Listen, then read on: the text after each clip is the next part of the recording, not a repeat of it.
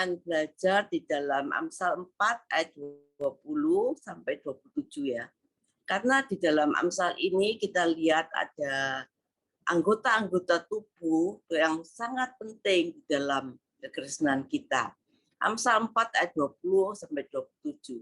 Hai anakku, perhatikanlah perkataanku, arahkanlah telingamu kepada ucapanku. Janganlah semua itu menjauh dari matamu, simpanlah itu di lubuk hatimu. Karena itulah yang menjadi kehidupan bagi mereka yang mendapatkannya dan kesembuhan bagi seluruh tubuh mereka. Jagalah hatimu dengan segala kewaspadaan, karena di situ terpancar kehidupan. Buanglah mulut serong daripadamu, jauhkanlah bibir yang delak-delik daripadamu. Biarlah matamu memandang terus ke depan, tatapan matamu ke muka. Tempuhlah jalan yang rata dan hendaklah tetap segala jalanmu. Janganlah menyimpang ke kanan dan ke kiri, jauhkanlah kakimu dari kejahatan. Karena itulah yang menjadi kehidupan bagi mereka yang mendapatkannya dan kesembuhan bagi seluruh tubuh mereka. Berbicara tentang kehidupan di tengah, bisa berbicara mengenai kehidupan di tengah keluarga, kesembuhan jasmani, rohani, ekonomi, kesembuhan sakit penyakit, ya. Nanti dikatakan menjadi kehidupan, ada satu kehidupan. Kehidupan di sini berarti kehidupan Allah sendiri yang diberikan kepada kita. Bahkan kehidupan yang kekal, hidup yang tidak mengenal bosan, hidup yang penuh damai, hidup yang segar, bersemangat terus, bergairah, penuh sukacita, meskipun kita dihadapkan kepada tantangan dan persoalan, tetap ada ketenangan, damai sejahtera yang tidak pernah kering. Ya, kita bukan menjadi orang Kristen yang bingung, bimbang, tawar hati, putus asa, takut, ragu, khawatir, lesu, ya, hampa, menderita. Itu semua bukan kehendak Allah. Allah menginginkan bahwa semua orang Kristen, ya, anak-anak Tuhan, mengalami hidup bukan sekedar hidup, tapi hidup dengan segala kelimpahan. Kelimpahan dalam kehidupan kita dalam berbagai segi. Kalau kita sedang mengalami keadaan yang demikian, bimbang, khawatir, dan sebagainya, nah, kita perlu dengar firman ini, karena firman ini membuka satu tabir yang akan membawa kepada kita satu kehidupan, kesembuhan pada seluruh tubuh kita, rumah tangga kita, ekonomi, keluarga, suami, dan anak-anak. Anggota tubuh yang pertama, di sini ada 5 anggota tubuh. Yang pertama, telinga. Dikatakan arahkan telingamu pada ucapanku. Mengapa telinga ini begitu penting? Karena banyak orang yang datang ke kebaktian, minta mukjizat Tuhan, minta diberkati, minta didoakan, minta kesembuhan, tetapi tidak pernah membuka telinga untuk firman Tuhan. Iman datangnya dari pendengaran dan pendengaran akan firman Allah. Umpama dalam satu kebaktian ada orang yang tidak mendengarkan firman, lalu minta didoakan, dan tidak mengalami apa-apa karena dia tidak mendengarkan, tidak timbul iman, karena dia datang tidak memakai telinganya untuk mendengar firman Tuhan. Tapi ada orang yang tertentu yang mengalami kuasa Tuhan, ketika firman Allah disampaikan, belum didoakan, dia mengalami kesembuhan ilahi. Karena waktu firman Allah disampaikan, telinganya mendengar betul. Dari telinga yang mendengar firman Allah ini timbul iman. Dan iman itu membawa kesembuhan bagi dirinya. Dikatakan bahwa, hai anakku, arahkanlah telingamu kepada ucapanku. Saudaraku, mendengarkan itu lebih baik daripada korban.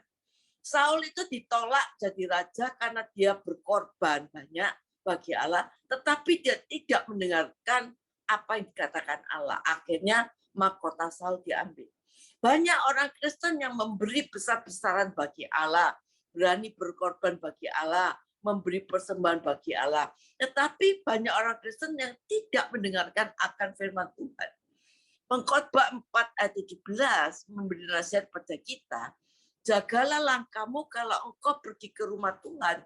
karena menghampiri untuk mendengar lebih baik daripada mempersembahkan korban.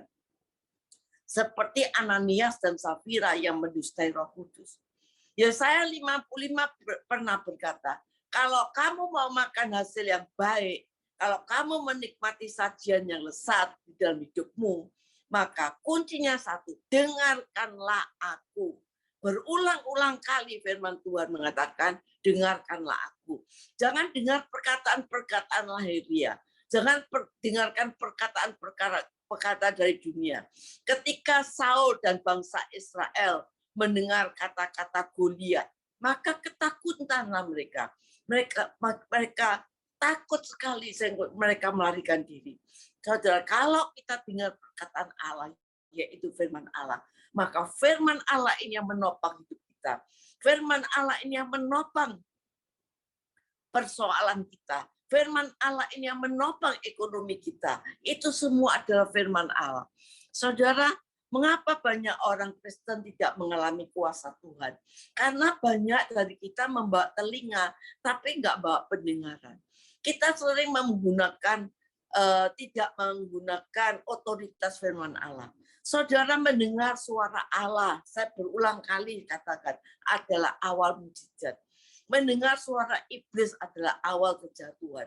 Suara yang kita dengar itu menentukan apa yang kita pilih, dan apa yang kita pilih menentukan perjalanan hidup kita. Saudara, contohnya suami istri, ya asalnya baik-baik, rumah tangga baik-baik, tapi bisa jatuh dalam dosa. Karena apa? Karena salah satu bisa mendengar suara. Mungkin ditelepon terus ya, suaminya ditelepon terus sama si cewek, di WA, di video call 1 hari enggak mempan, 1 bulan enggak ada terjadi apa. Tapi lama-lama saudara bisa jatuh dan bisa tinggalkan keluarga. Karena apa? Karena mendengar suara yang salah. Penting suara siapa yang harus kita dengar. Dengar suara diri sendiri kita bisa jatuh bangun. Dengar suara orang kita bisa membingungkan. Apalagi sekarang ini ada Omikron, ada macam-macam sekarang namanya ya, tambah banyak ya. Dengar suara orang kita akan semakin panik. Dengar suara iblis awal kejatuhan, tapi dengarlah suara Allah. Itu adalah awal mujizat. Saudara, ingat, masalah kita tidak bisa mengubah firman Allah. Tetapi firman Tuhan sanggup merubah masalah kita. Kita tahu banyak firman Allah, tapi kita sering pakai pikiran manusia, pikiran diri kita sendiri, pikiran dunia. Kadang-kadang kita berkata, nggak mungkin suami saya itu kembali, nggak mungkin sembuh, nggak mungkin bisa, nggak mungkin. Saudara, kadang-kadang kita pakai pikiran sendiri. Tapi kalau kita dituntun oleh firman Allah, kita mau membaca, merenungkan firman Allah setiap hari, maka pikiran kita ini selalu diisi oleh firman Allah. Petrus itu berjalan di atas air karena ada firman yang menopang. Yaitu ketika Tuhan Yesus berkata, datanglah, maka Petrus bisa berjalan di atas air. Saudara, yang kedua yaitu mata. Biarlah matamu memandang terus ke depan dan tatapan matamu tetap ke muka. Mata ini berbicara soal apa? Visi. Orang Kristen harus punya visi. Tanpa visi maka kita menjadi liar. Atau punya pandangan ke depan. Pandangan kita pada Yesus Kristus. Untuk mencapai garis akhir, finishing well, kita harus memperhatikan pandangan kita. Jangan memandang persoalan kita. Jangan memandang masalah kita. Jangan pandang keadaan kita. Kita tahu memang persoalan kita tuh nyata ada. Masalah kita tuh nyata ada. Ya. Keadaan yang buruk itu nyata memang ada. Tetapi kita harus percaya bahwa Yesus Kristus itu tetap nyata ada dan lebih besar dari setiap masalah kita. Pandanglah Yesus Kristus gunung batu kita. Dia tidak pernah goyah, dia tidak pernah mempermalukan kita. Dia ada jawaban setiap kebutuhan. Allah ingin kita mempunyai visi yang panjang, yang jauh ke depan, tidak sebatas persoalan kita, melihat sebatas persoalan kita, melihat sebatas kebutuhan hidup kita, melihat sebatas penyakit kita, melihat sebatas rumah tangga yang kacau balau. Mungkin kita mengalami keadaan yang serba jelek. Tapi ingat, di balik semuanya itu, di balik penderitaan ada kemuliaan. Di balik kematian ada kebangkitan. Habis gelap terbitlah terang bagi orang benar. Ya, kita harus punya visi yang panjang. Seperti Yusuf, dia tidak melihat keadaan waktu dia dijual, dimasukkan sumur, difitnah Potifar, di penjara. Tapi dia melihat istana yang dijanjikan Tuhan. Musa setelah dewasa, walaupun dia tinggal di istana yang serba enak, dia menolak disebut anak putih Firaun, meninggalkan istana, hidup sengsara dengan umat Allah. Kenapa? Pandangannya jauh ke depan, visinya jauh ke depan, dia melihat upah yang menanti. Dan visi yang panjang jauh ke depan itu tidak bisa dilihat dengan mata jasmani kita. Karena mata jasmani ini sangat terbatas. Visi yang panjang harus dilihat dengan mata iman, yaitu melihat jauh apa yang tidak mampu kita lihat. Ya, mungkin keadaan kita mungkin saat itu sedang buruk. Keadaan kita saat ini sedang buruk, sedang kacau. Tapi biarlah mata iman kita melihat jauh sampai ke depan bahwa semuanya itu akan menjadi baik. Suami saya akan menjadi baik. Penyakit saya akan sembuh. Keuangan saya akan dipulihkan. Rumah tangga saya akan dipulihkan. Saudara, kita akan melihat jauh ke depan. Sebelum suami saya bertobat, saya bisa melihat jauh ke depan bahwa saya akan bersaksi bersama-sama dengan suami saya. Saya melihat jauh ke depan, saya akan melayani bersama-sama. Saya akan keliling kemana-mana untuk menyaksikan kebesaran dari kedahsyatan Tuhan yang bisa merubah yang tidak mungkin jadi mungkin. Memulihkan rumah tangga saya jauh ke depan, saya pandang itu. Walaupun saat itu kehidupan yang sedang retak, sedang terjadi di tengah rumah tangga saya. Tapi saya mempunyai visi belajar untuk lihat dengan mata iman yang panjang untuk melihat jauh ke depan. Tidak sebatas persoalan. Maka kita melihat bahwa yang tidak mungkin jadi mungkin, yang mustahil bagi Tuhan tidak ada mustahil. Mata iman kita bisa melihat kenapa? Karena ada telinga yang mendengar. Mata iman ada visi melayani Tuhan ya. Kekristenan itu harus punya target keluargaku, anak-anakku ya harus diberkati, anak-anakku harus menjadi berkat ya, hidupnya akan menjadi berkat. Itu saudara, kita harus punya target dalam kehidupan kita. Lihat jauh ke depan, maka kita percaya kita akan menjangkau banyak orang-orang yang belum mengenal Kristus. Yang ketiga, hati. Simpanlah itu di lubuk hatimu. Jagalah hatimu dengan segala kewaspadaan. Karena disitulah terpancar kehidupan. Berarti kita mesti waspada. Hati ini perlu dijaga terus-menerus. Tidak hanya satu kali waktu kita dengar khotbah, enggak, tapi terus-menerus. Isi hati kita dengan firman, bukan dengan kebencian. Kita lihat Maria dan Marta. Bagaimana mereka sama-sama melayani Tuhan. Tetapi di hati Marta ada sesuatu yang tidak baik, ada satu kebencian, ya, diisi kebencian sehingga apa? Dia unek-uneknya itu dikeluarkan karena dia berkata pada Yesus bahwa Maria tidak membantu dia. Saudara, kenapa? Hatinya diisi dengan sesuatu kebencian. Isi hati kita dengan firman, bukan dengan kebencian. Kalau kita sudah dengar dengan telinga kita, firman itu dengan telinga, tapi tidak masuk turun ke hati, maka tidak ada faedahnya apa-apa.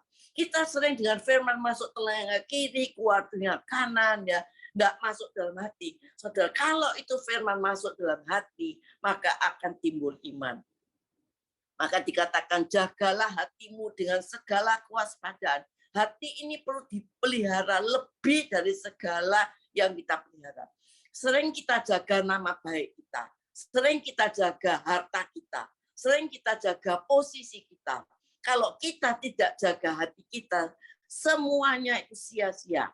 Kalau kita jaga hati kita, maka dari dalam hati kita terpancar kehidupan. Pintu gerbang hati ini adalah panca indera kita.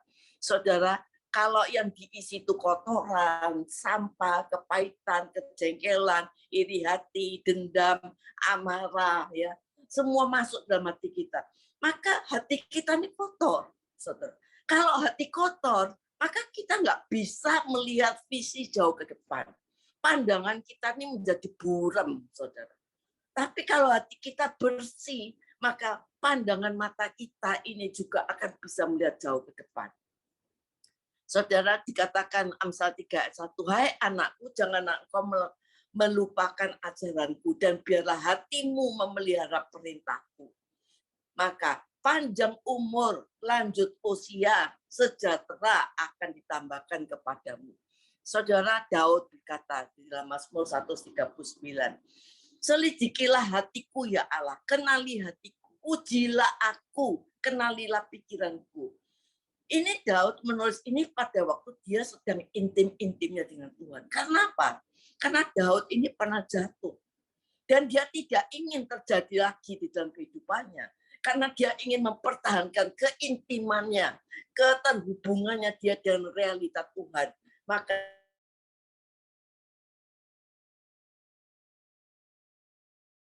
Daud fokus di bawah kontrol Tuhan untuk menyelidiki hatinya.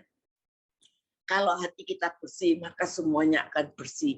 Karena apa yang keluar dari mulut itu berasal dari hati. Hati yang kotor, keluar perkataan kotor. Hati yang bersih, keluar perkataan bersih. Hati yang pahit, keluar perkataan pahit. Hati yang dengki, perkataannya dengki. Hati yang jengkel, perkataannya jengkel. Saudara, jadi kita kalau konseling orang, lihat perkataannya apa. Kalau perkataannya itu pahit, dengki, berarti isinya demikian. Jadi kita harus tahu menggali sumur yang dalam. Apa yang keluar dari hatinya waktu dia konseling dengan kita. Hati yang gembira itu obat yang manjur. Saudara, terjadinya perzinahan, perampokan, dan semua bentuk kejahatan itu lahirnya karena hati yang kotor. Markus 7 ayat 20. Ya, ada pencabulan, ada pikiran jahat, pencurian, keserakahan, kelicikan, pembunuhan, perzinahan, hawa nafsu, iri hati, sombong, hujat, kebebalan. Itu daftar yang keluar dari hati manusia yang belum dijamah Tuhan. Karena itu jaga hati kita dalam kondisi yang baik dengan Allah. Jangan sampai hati kita digambarkan seperti dalam Lukas, mempunyai hati yang seperti digambarkan dalam Lukas 8, seperti hati yang di pinggir jalan, dengan firman dirampas oleh si jahat. Tanah yang penuh semak duri, yang mendengar firman tapi khawatir. Tanah berbatu-batu, tidak bisa berakar, murtad. Tapi biar hati kita hati yang baik, yang diisi firman, dimengerti, tumbuh subur, dan menjadi daging, berbuah 30, 60, sampai 100 kali ganda. Kenapa hati itu perlu dijaga? Karena rumah Allah itu, bait Allah itu adalah tempat tinggalnya Allah itu adalah hati kita. Dan di dalam hati kita ini ada 3 sumber perkara. Yaitu 1 sumber kegelisahan. Kita ini sering gelisah. Sampai firman Allah mengatakan, janganlah gelisah hatimu, percayalah kepada Allah, percayalah kepadaku. Yang kedua, sumber keinginan. Kita hati manusia itu ingin dikuasai daging. Hati manusia itu seperti kuda liar, ingin keluar dari jalur. Keinginannya tak terkendali. Ada niat jahat, ya, tidak mau mendengarkan firman Tuhan. Sumber ketaatan, hati itu juga sumber ketaatan. Hati perlu dijaga supaya taat kepada Tuhan. Hanya orang yang menjaga hati yang bisa taat akan kehendak Tuhan. Dan di balik itu ada kemenangan.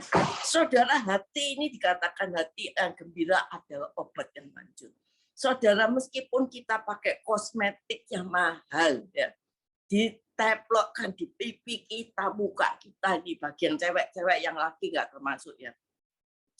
Saudara, tapi kalau hati kita ini mempunyai rasa dengki, tidak ada sukacita, tidak ada gembira, maka kelihatannya kita itu akan menjadi tua, saudara.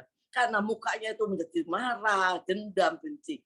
Kan, tapi kalau hati kita ini penuh dengan sukacita, penuh dengan kegirangan, ada damai sejahtera Allah, maka saudara kita kelihatannya itu lebih muda, saudara. Ya, nggak kelihatan menjadi tua, saudara. Karena itu Kalau hati dijaga itu surga itu turun.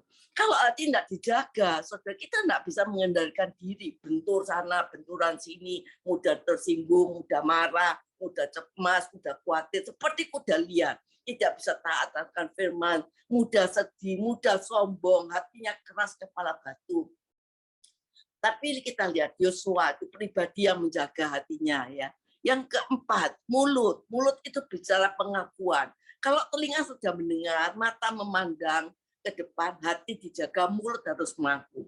Karena perkataan kita ini harus positif, tidak boleh negatif. Perkataan kita bisa merubah keadaan kita. Buang mulut yang serong dan bibir yang dolak-dalik. Saudara, kalau kita mau mempunyai hari depan yang baik, jagalah mulutmu. Mati hidup dikuasai tidak. Siapa suka mengemakannya, dia akan memetik buahnya.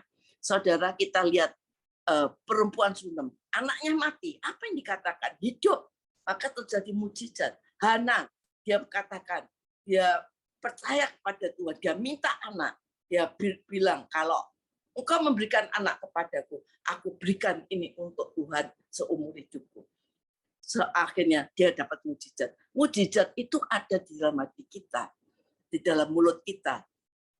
Yang kelima yaitu kaki. Tempuhlah jalan yang rata di segala jalanmu. Jangan menyimpang ke kanan atau ke kiri. Yosua selalu menjaga jalannya, tidak miring ke kiri dan ke kanan. Kakiku ini menjadi kuat. Saudara, kalau kaki kita ini kuat, saudara, apapun yang terjadi seperti Habakuk, sekalipun pohon ara nggak berbuah, pohon anggur tidak berbuah, pohon zaitun mengecewakan, dan lain sebagainya. Tetapi kakiku seperti kaki rusa, ia akan berjejak di bukit-bukit persoalanku. Saudara, kalau kita tahu kaki kita ini mau berjalan kemana, yaitu menghadap Allah di Sion, kita nggak akan capek berjalan itu. Kita berjalan makin lama makin kuat. Wanita yang 12 tahun pendaranya, dikatakan telinganya mendengar Yesus datang. Matanya, visinya melihat jauh ke depan, belum sembuh, tapi matanya melihat jauh ke depan. Hatinya, dia percaya akan firman, dia pakai firman Tuhan. Mulutnya berkata-kata, asal jamah jubahnya sembuh. Kakinya melangkah maju ke depan. 5 alat tubuh ini dipakai oleh wanita 12 tahun pendaran. Dan ada kuasa Allah mengalir. Wanita ini dari no hope menjadi orang yang sembuh dan diberkati oleh Tuhan. Saudara, mari kita pakai telinga kita, mata kita, hati kita, mulut kita, kaki kita. Apabila semuanya ini berfungsi dengan baik, maka kita akan mengalami surga turun dan terjadilah di bumi seperti di dalam surga. Amin.